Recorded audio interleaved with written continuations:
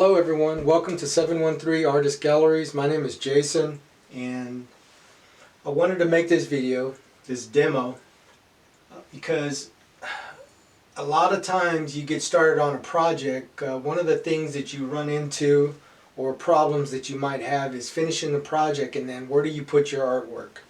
Not unless you have a huge gallery with several easels spread out.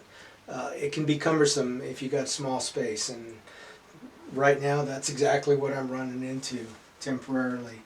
But what I like to do is it's kind of hard to see, but this is a 24 by 48 gallery style canvas, meaning it's about 1.5 inches off of the wall.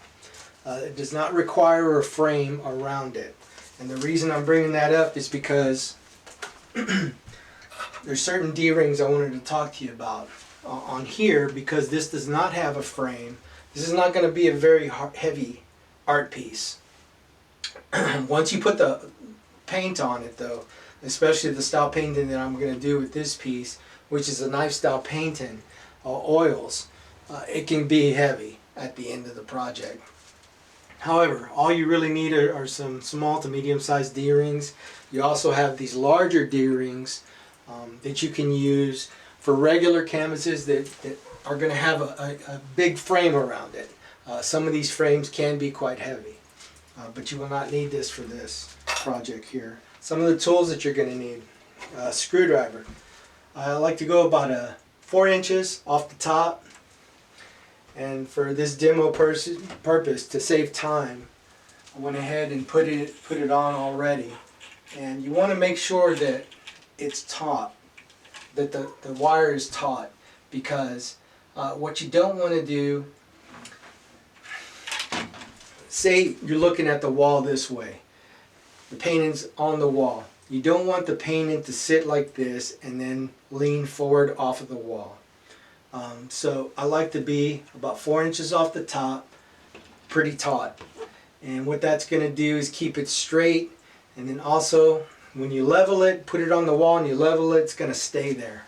Now in this style painting, or canvas, excuse me, you can use a heavy D-ring right here.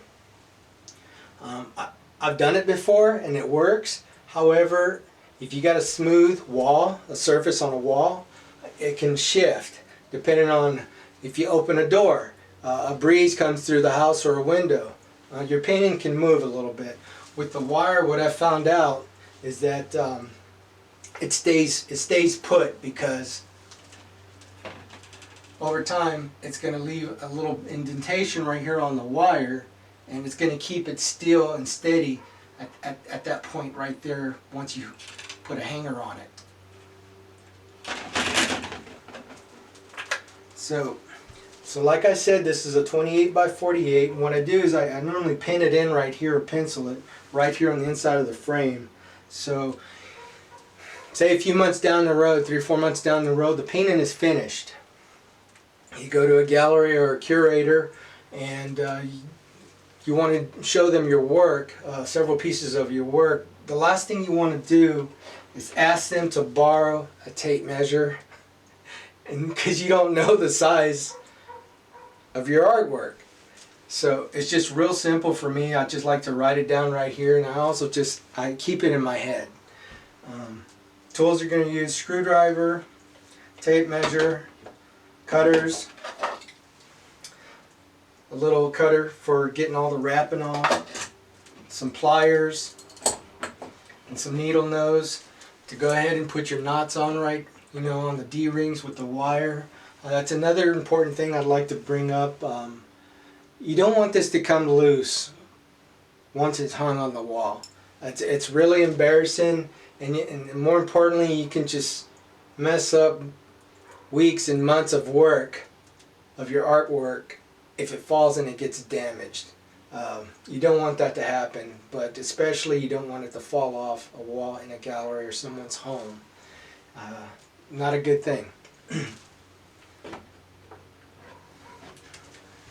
So what else would I like to tell you? The kind of canvases that I do like to use are normally they're triple primed, gesso primed, and they're medium textured. What that means is that You can use them as is, but what I like to do, even though they're already triple prime, what I like to do is put a little bit more gesso on them, get some sandpaper, like a really fine grit sandpaper, smooth it out, let it dry, gesso it again, smooth it out, and it becomes almost like paper after you do it a couple of different times.